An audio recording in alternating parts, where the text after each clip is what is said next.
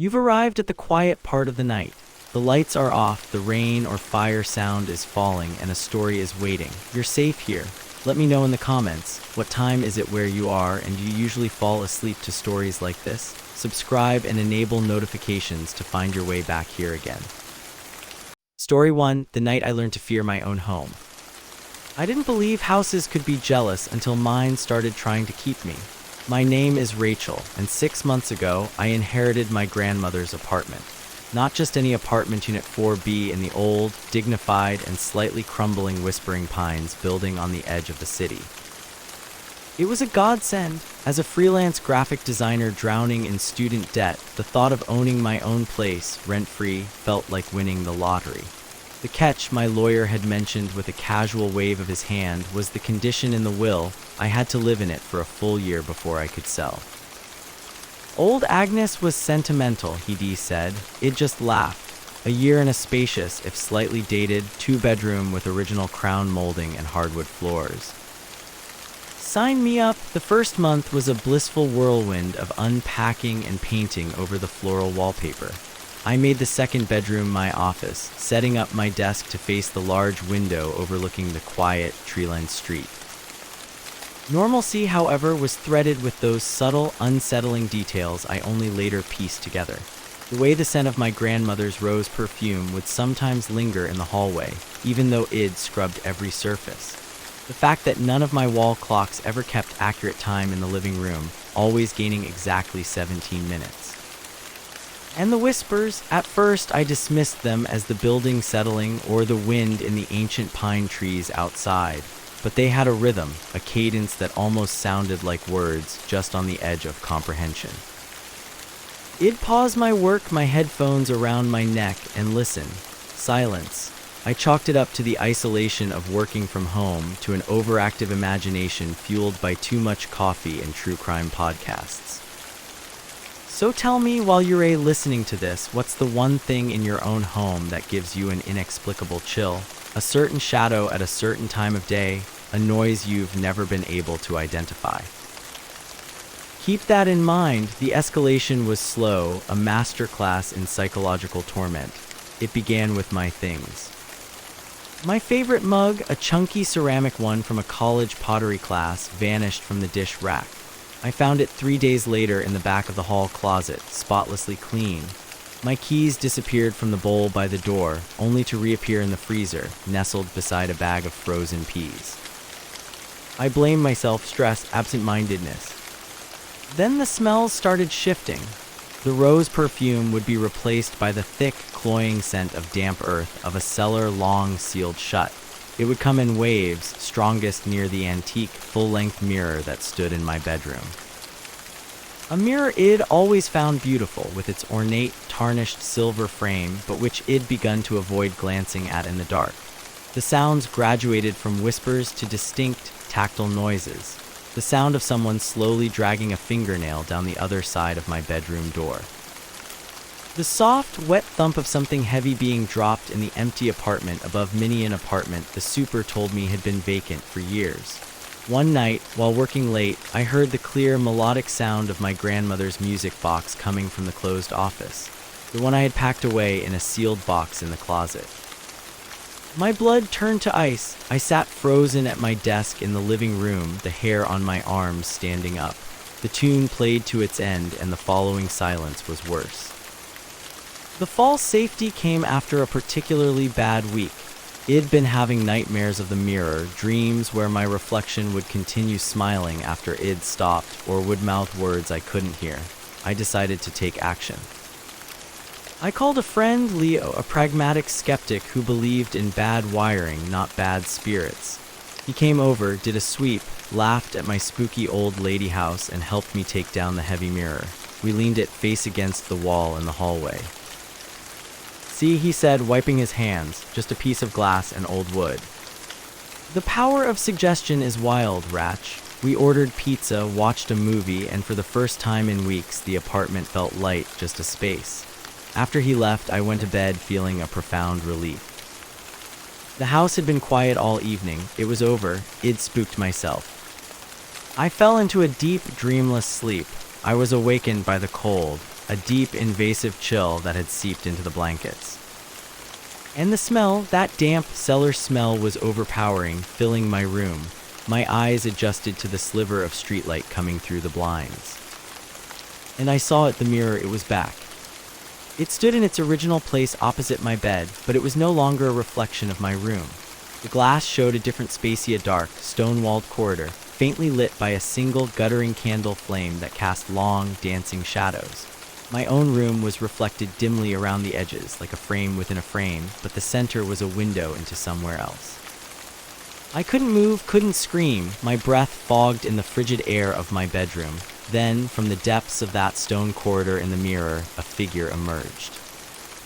It was shapeless at first, a coalescence of the deepest shadows, but as it drew closer to the glass dome, my sight it began to take a form. It was me. Or a horrific parody of me. Its eyes were black pools, its skin had a gray, waxy pallor, and its smile was too wide, showing too many teeth. It wore my clothes, the pajamas I had on. It mimicked my posture of paralyzed terror, but its expression was one of hungry delight. It raised a hand and placed its palm against the inside of the glass. A static charge filled the room, and my own arm, against my will, began to rise. I was mirroring it. I fought with every neuron, every shred of willpower, and managed to clench my hand into a fist, breaking the symmetry. The thing in the mirror tilted its head, its smile never faltering. It leaned forward and its mouth moved. This time I heard the words, not as a whisper through the walls, but clear and crisp in the frozen air of my bedroom. It spoke with my voice, but layered with something ancient and dry. "You're home now," it said. "We've been waiting. Grandma said you'd stay." It pressed harder on the glass, and a spiderweb of cracks radiated from its fingertips. The surface wasn't breaking inward into its world. It was bulging outward into mine. A sharp, cold point of glass began to protrude. That broke my paralysis. I didn't think. I rolled out of bed, scrambled across the floor on my hands and knees, and fled the room. I didn't stop for keys, for a phone, for shoes. I just ran down the hallway, past the closet where the damp smell now poured out like a physical thing, and out the front door into the blessedly mundane, well-lit hallway of the apartment building. I pounded on my neighbor's door until a bleary-eyed Mr. Henderson opened it, took one look at my face, and let me in. I called the police from his landline. They found nothing, of course. The mirror was just a mirror, standing against the wall in the hallway where Leo and I had left it. My bedroom was cold, they said, probably a draft. They suggested I see a doctor about stress. I spent the night in a hotel, and the next day, with Leo by my side, I went back to pack a bag.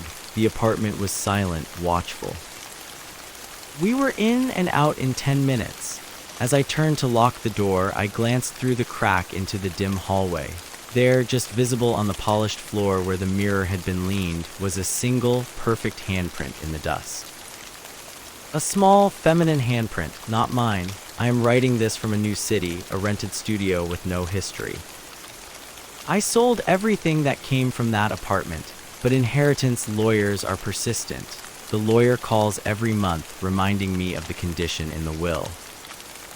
I have 6 months left on the mandatory year. The building's management sends polite emails about my absence, and my mailbox there is overflowing. Last week, I got a forwarded piece of mail. It was a faded photograph slipped inside a utility bill. It showed my grandmother, Agnes, as a young woman standing proudly in front of the building. She wasn't alone. Next to her, their reflections slightly blurred in the glass of the lobby door, stood a row of figures. All of them had her face. All of them were smiling. And at the end of the row, the reflection was clearer, sharper. It was me. I am not going back.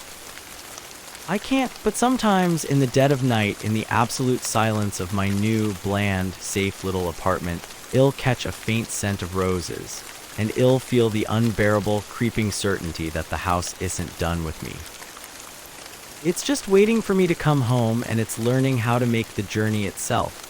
Thanks so much for listening to my story. If you felt that chill down your spine, you're not alone. The unknown is often the most terrifying thing of all. If you enjoyed this tale, please show your support by giving this video a thumbs up and subscribing to the channel for more weekly journeys into the unexplained. And let me know in the comments, what would you have done in my situation? Would you have gone back? Story 2, the highway that drives you home. I wasn't supposed to be on Highway 17 that night, but my phone was dead, the map was wrong, and the road just kept going. My name is Ava, and I am a freelance graphic designer who was driving back from a client meeting in the mountains. It had been a long day, and all I wanted was to get to my cozy apartment, order takeout, and collapse. My GPS had taken me on a scenic route to avoid construction, which sounded fine until the signal dropped. I was left with a paper map I'd bought at a gas station as a joke, and a growing, prickling sense of unease. The normalcy of it all is what gets you. The hum of the engine, the rhythmic swipe of the wipers against a light, misty rain, the way the pine trees on either side of the two-lane highway formed a perfect, dark tunnel broken only by the weak reach of my headlights. But there were details, subtle things I brushed off. The mile markers were oddly spaced, sometimes missing for long stretches. The reflective paint on the dividing line seemed too bright, almost glowing a faint, chemical yellow. And the night was too quiet. No distant lights of other cars, no animal eyes gleaming from the woods, just my Hyundai and the endless, winding road. I'd been driving for what felt like 2 hours with no turnoffs, no signs for towns, just the occasional weathered billboard advertising businesses that had probably closed decades ago. Have you ever had that feeling, where you race so alone it starts to feel like the world has emptied out just for you, and not in a good way? Like you're the last person in a silent, waiting world. What's the longest you've ever been truly, utterly alone? I shook my head, trying to dislodge the creeping thoughts. Just a road, I said aloud, my voice strange in the enclosed space. It has to lead somewhere. I turned up the radio, but all I got was static, a hissing white noise that was worse than the silence. I switched it off. That's when I saw the first sign. It was a standard green highway sign lit by my headlights, next services to miles. Relief flooded me. Gas, a phone, people. I focused on the yellow line, counting down the distance in my head. The 2 miles came and went. No exit, no lights, just more trees. I frowned, my knuckles whitening on the steering wheel. Maybe I'd misread it. 10 minutes later, another sign appeared. Next services 1 mile. This time, I watched the odometer like a hawk. The mile ticked over, nothing. A cold knot tightened in my stomach. The rain picked up, the wipers struggling now, smearing the world into a blur of dark greens and grays. Another sign, right after a sharp bend. Next services 0.5 miles. I slowed down, peering into the gloom. Half a mile passed, then a full mile. Still nothing but the relentless tunnel of trees and asphalt. This was the escalation. The logic of the world was breaking down. The signs were lying, or I was going in circles. But there were no circles on the map. Highway 17 was a single, snaking line. I decided to pull over to just stop and think, maybe try to get my phone to charge with a different cable. I signaled and eased onto the narrow, gravel shoulder. The moment the car stopped, the interior light came on and I saw my reflection in the windshield pale, wide-eyed. Behind me, through the rear window, was only blackness. I fumbled with the charger, jamming it into the port. Nothing. The car's clock, which had been stuck on 11:34 p.m. since I entered the highway, flickered. For a second, it showed 3:07 a.m., then went back to 11:34. A loud thump on the roof made me scream. I froze, my heart hammering against my ribs. A branch, it had to be a branch. I looked up at the fabric lining of the roof as if I could see through it. Then something scraped across the roof from front to back, slow and deliberate, like claws being dragged. I threw the car into drive and slammed my foot on the accelerator.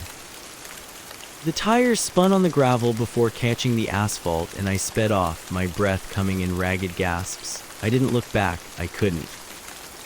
For the next 20 minutes, nothing happened. The signs stopped appearing. The road just continued, silent and empty. The false safety began to seep in. Maybe it had been a branch, a weird, freakish branch. My mind, desperate for rationality, clung to it. The adrenaline crash made me feel heavy and stupid. I just needed to keep driving. This road had to end eventually. All roads do. I saw the glow ahead with a surge of hope so strong it was painful. It was a soft, warm light spilling from a large window. As I got closer, I saw it was a diner, a classic 1950s style box with a neon open sign buzzing in the window. A single pickup truck was parked outside. Civilization, safety. I pulled in next to the truck, almost weeping with relief. The rain had stopped. I got out, the cool night air smelling of wet pine and something faintly metallic. I ignored it. The bell above the door jingled as I entered. The diner was empty except for a lone cook behind the counter, wiping a glass with a cloth. He was an older man with a kind, weathered face. "Rough night?" he asked, his voice gravelly.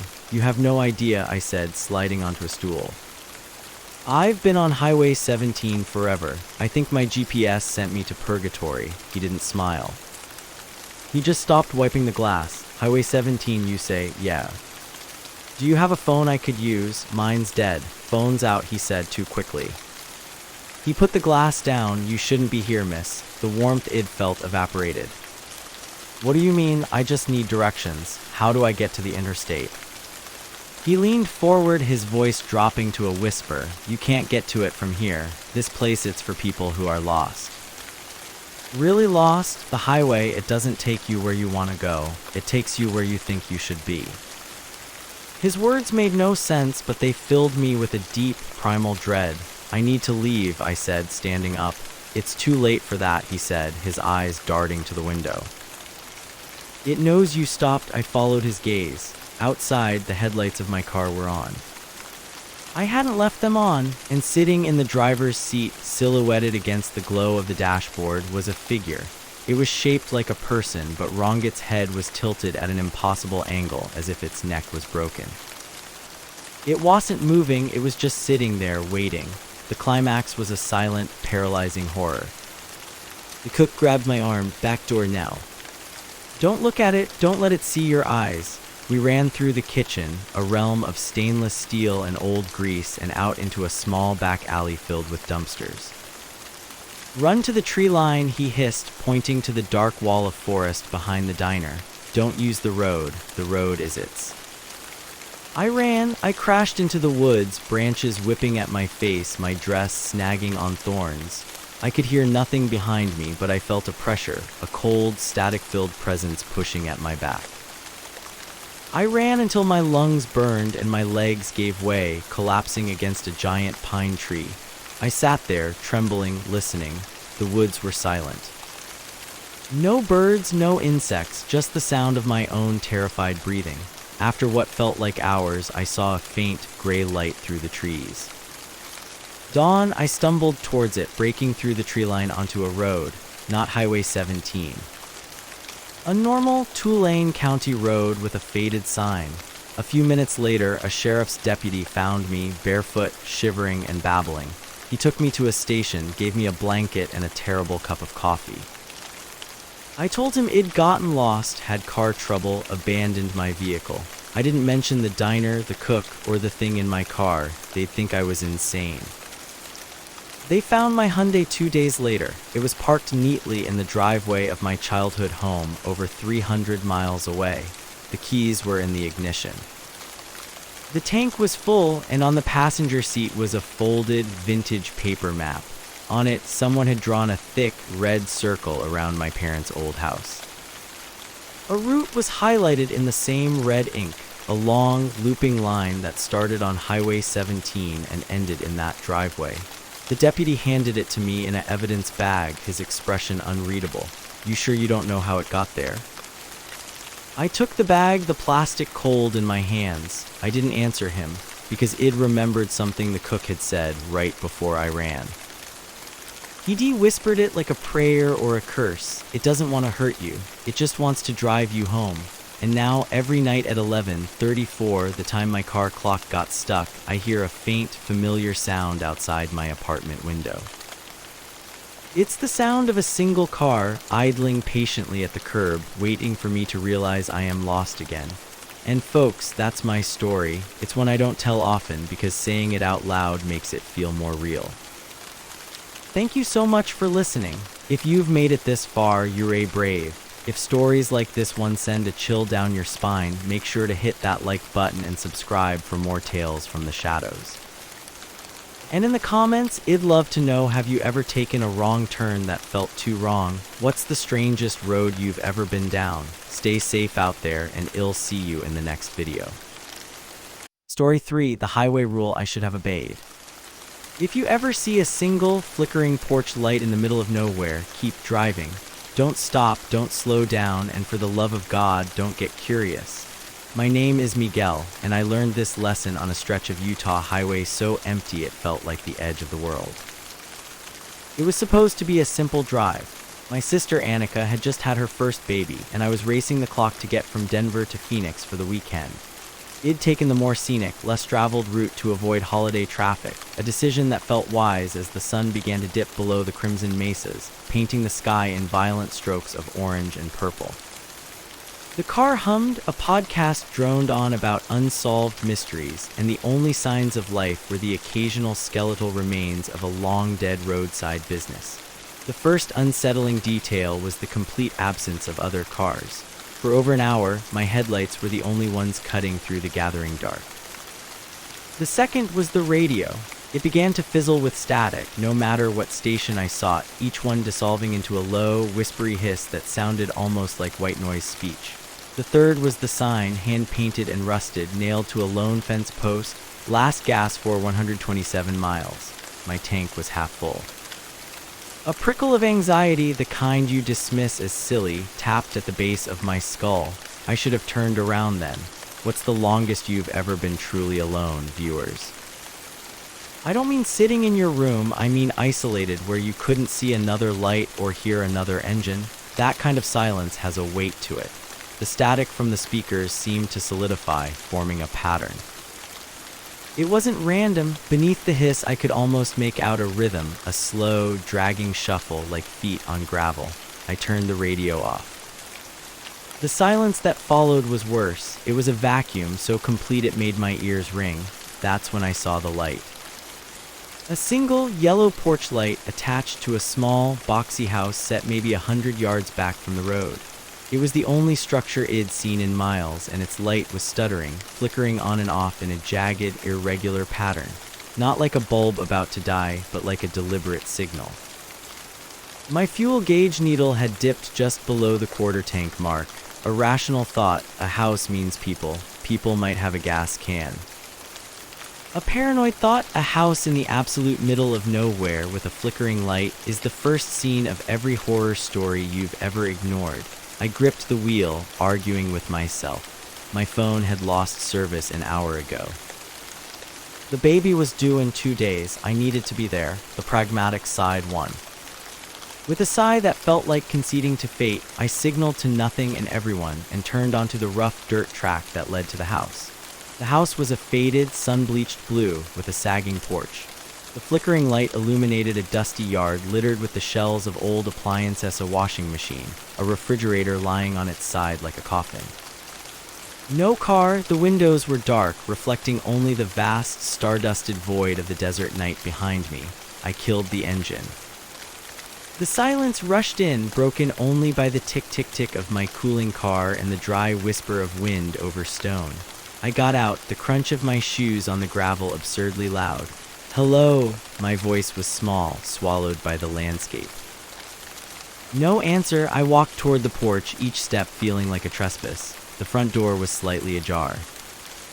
From within, I caught a smell-damp earth, old paper, and something sweetly metallic, like copper left in the rain. "Anyone home?" I called again, reaching the first wooden step. It groaned under my weight.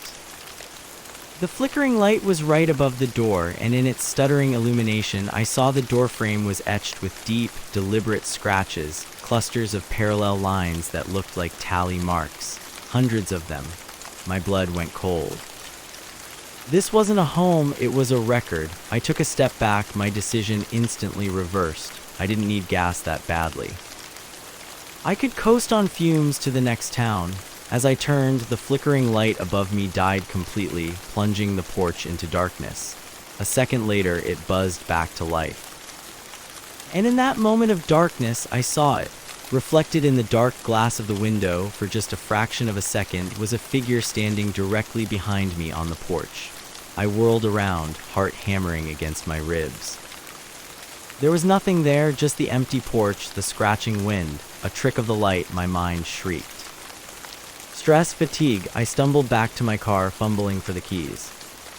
The engine coughed, turned over, and roared to life. Relief, sharp and giddy, flooded me, false safety. It was all in my head. I threw the car into reverse, spinning the wheels in the dirt as I backed onto the main road. I didn't look back at the house. I focused on the yellow dashes of the highway, accelerating, putting distance between me and that place. After 5 minutes, my breathing began to slow. After 10, I allowed myself a shaky laugh. Just a creepy old house, just my imagination. Then my headlights caught it. Up ahead on the right side of the road, a single flickering yellow porch light attached to a small, boxy, faded blue house. My foot slammed the brake, the car skidded to a halt. No. It was impossible. It'd been driving straight, no turns. I looked in the rearview mirror. Only darkness. I looked ahead. The house sat there, identical, its light winking at me. The same derelict appliances in the yard, the same sagging porch. It was the same house. It couldn't be. I must have gotten turned around, done a loop on some unseen service road. That was the only explanation. My hands were trembling on the wheel. I had to keep going. I drove past the house, my eyes fixed forward, refusing to look at it. I pushed the car to 70, 80 miles an hour. The desert was a black blur. I watched the odometer tick off 5 miles. 10, and there it was, again. The flickering light, the blue house, on the right side of the road. A scream, raw and silent, tore through my mind. This wasn't a loop. This was the rule. I had broken it by stopping, and now I was trapped in a stretch of highway with it. I kept driving. Every 10 miles, like a horrific mile marker, the house would appear. I tried driving in reverse. I tried pulling over and shutting off the car, waiting for sunrise. But the moment I stopped moving, the flickering would begin in my peripheral vision, not on the road, but out in the darkness of the desert, getting closer. The only constant was the forward motion. I was running on fumes, both literally and metaphorically. The sky began to light into a grim, gray dawn. Exhaustion pulled at my eyelids. I saw the house for the 7th time, but this time something was different. The front door was wide open. Pitch black yawned from within, and standing in the center of the doorway, silhouetted by the flickering light, was a tall, impossibly thin figure. Its head was cocked to one side. I screamed and floored the accelerator, tearing past. As the sun finally breached the horizon, the highway changed. I saw a sign for a gas station and diner up ahead, real, modern, with trucks parked outside. I sobbed with relief, pulling into the lot, my car sputtering to a stop. People moved about, normal people drinking coffee. I sat there, shaking, for 20 minutes before I could even get out. I filled the tank with trembling hands. Inside the diner, the warmth and smell of grease were almost unbearably comforting. An older waitress with kind eyes poured me coffee. "Long night?" she asked. "You have no idea," I managed. "That stretch back west past the old mineral flats. Have you ever heard anything strange about it? About a blue house?" Her friendly expression froze, then melted into something careful and closed. She looked around before leaning in slightly, her voice dropping. "You didn't stop, did you?" My silence was answer enough. She shook her head slowly, a gesture of profound pity. "They say if you stop for the flickering light, it claims a piece of your route. You have to keep driving your original path forever, or it finds where you've settled." She tapped the counter with a fingernail. "It's not the house that's haunted, honey, it's the road. And now you're on it." I drove the rest of the way to Phoenix in a daze. I held my newborn niece. I smiled at my sister, but my mind was on the highway. A week later, back in Denver, living my normal life, I thought I was free. Then last night I went to take out the trash. The motion-sensitive light on my back porch is brand new. It's always been instant and steady. But as I stepped outside, it began to flicker, on, off. On, off, a slow, jagged, irregular pattern. I stood there frozen, the bag of trash in my hand, listening. From the alley beyond the fence, I heard a sound, soft and dry, the slow, deliberate crunch of feet on gravel. Thank you so much for listening to my story. If you felt that chill, that sense of primal dread, you know why I had to share it. The world is full of unwritten rules, and some doors, once opened, can't be closed. If you have your own story of a rule you shouldn't have broken, please share it in the comments below. There's safety in numbers and in sharing our warnings. Don't forget to like this video and subscribe to the channel for more true horror stories. Hit the notification bell so you never miss a tale from the dark side. And remember, next time you're on a lonely road at night and you see a single flickering light, just keep driving. Story 4, the highway rule no one tells you. I should have listened to the one rule every trucker whispers but never writes down. Never, ever pull over for a car with its hazards on and no driver inside. My name is Tyler, and I was just trying to make it home. It was one of those cross-country drives you promise yourself you'll do once, all open roads and cheap motels and bad gas station coffee. It'd been on the road for 12 hours, the kind of tired that feels like your bones are filled with static. The GPS had taken me off the main interstate to save an hour, leading me down State Route 47, a ribbon of cracked asphalt that cut through endless, sleeping farmland. The only light came from my high beams, pushing back a darkness so complete it felt solid. The first thing that felt off was the silence. Not just quiet, but a vacuum. No cricket chirps, no distant rustle of animals, not even the hum of power lines. It was as if someone had hit mute on the world. The second was the roadkill. I'd passed 3 in the last millia possum, a raccoon, a fox, each perfectly centered in my lane, their bodies oddly rigid and unblurred as if placed there. I shook my head, blaming exhaustion. The third detail was the smell, not the expected scent of damp earth or pine, but a faint, coppery tang like the air after a lightning strike that seeped in through the vents. I cranked up the radio, but it only hissed static, not even catching a distant gospel station or a trucker's CB rant. That's when I saw the flicker of amber light ahead, a slow, rhythmic pulse in the darkness. As I got closer, the shape resolved into a vintage sedan, maybe a late 70s model, parked half on the narrow shoulder, half on the road. Its hazard lights clicked on and off, casting long, dancing shadows into the tall grass. I slowed, my driver's instinct kicking in. No one was outside the car. No flat tire was visible. The driver's door was slightly ajar. The rule echoed in my head, but my decency argued. What if someone was hurt in the ditch? What if they'd gone for help and left the door open? I couldn't just drive by. So tell me, what would you have done in that moment? Would you have driven on, foot heavy on the gas, or would the Good Samaritan in you have won out? Let me know in the comments. I pulled over about 50 yards ahead, my tires crunching on the gravel. The silence was heavier now, pressing against the windows. I grabbed my flashlight, its beam a weak, shaky cone in the immense dark.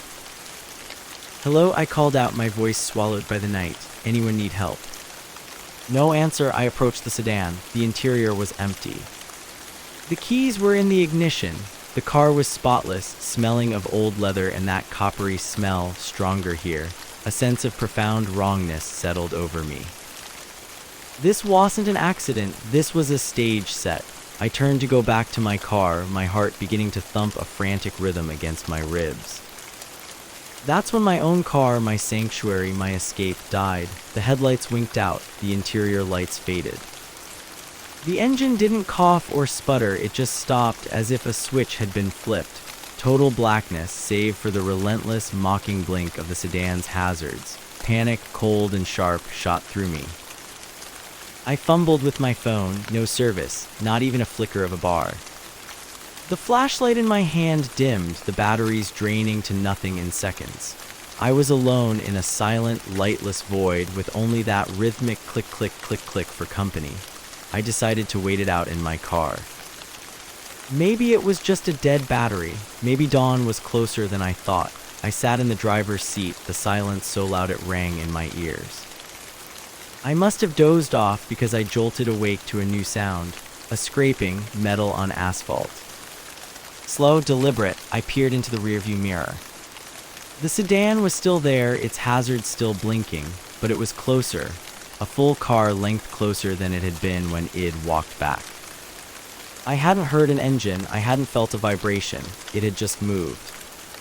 I locked the doors, a pointless gesture against something that could move a 2-ton vehicle without a sound. I squeezed my eyes shut, chanting to myself that it was a trick of the dark, a slope in the road. When I opened them, the car was closer again, now just a few yards from my bumper. The coppery smell was inside my car now, thick and cloying. The click-click wasn't just a sound, it felt like a pulse beating in time with my own terrified heart. I couldn't stay. I burst out of the car and started running down the center of the road, away from the cars, my sneakers slapping the asphalt. I didn't look back. I just ran until my lungs screamed and my legs gave out, collapsing into the weeds at the side of the road. I lay there gasping, listening. No engine, no footsteps. Just the wind and my own ragged breathing. Had I imagined it, had exhaustion and isolation conjured the whole thing. A sliver of hope, brittle and desperate, formed. I stood up, brushing dirt from my jeans. In the distance, I saw a faint, warm glow. A farmhouse, salvation. I stumbled towards it, tears of relief mixing with the sweat on my face. The house was old but well kept, a porch light shining like a beacon. I knocked, the sound echoing in the quiet yard. The door swung open. An elderly man stood there, his face kind, etched with concern. "Goodness, son, you look like you've seen a ghost. Come in, come in." "You're safe now?" The warmth of the house, the smell of wood smoke and stew, the normalcy of it all, washed over me. I babbled my story as he led me to a worn armchair by a stone fireplace. He nodded slowly, his eyes gentle. "Route 47, he said, it plays tricks. You're not the first, rest here. They'll get you some tea." He shuffled into the kitchen. The relief was so profound it was dizzying. I leaned back, my muscles finally unclenching. I looked around the cozy living room, family photos on the mantel, a crocheted blanket on the sofa. And on the wall, a large, framed photograph of a vintage sedan, a late 70s model. My blood turned to ice. It was the car. In the photo, it was parked on a lonely road at night, its hazard lights a blur of amber. Smiling in front of it was the old man, decades younger, his arm around a woman whose eyes were wide with a fear I now recognized intimately. I stood up, the room tilting. The coppery smell was here, too, underneath the wood smoke. The old man returned, holding not a teacup, but a heavy, old-fashioned camera on a tripod. His kind expression had melted away, replaced by a vacant, hungry serenity.